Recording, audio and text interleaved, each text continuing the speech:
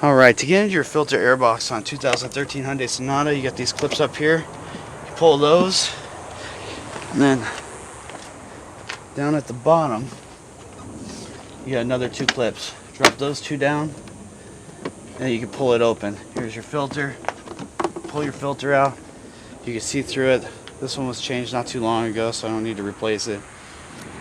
But that's how it looks. A lot of times, if you can put it up to the sun, if you can't see the light through it,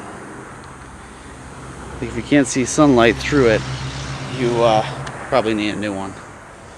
But usually I try to change mine out once a year. I live in Vegas, it gets super dusty here, so just to keep it running smooth, I change this out often.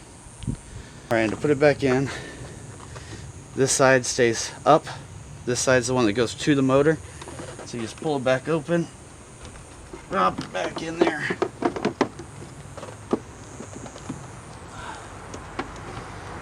And then close that. And then to button it up, you just line it back up, pull up the bottom 2, and then pull these top 2 down. Like that, and you're good to go. Hope this video helped you.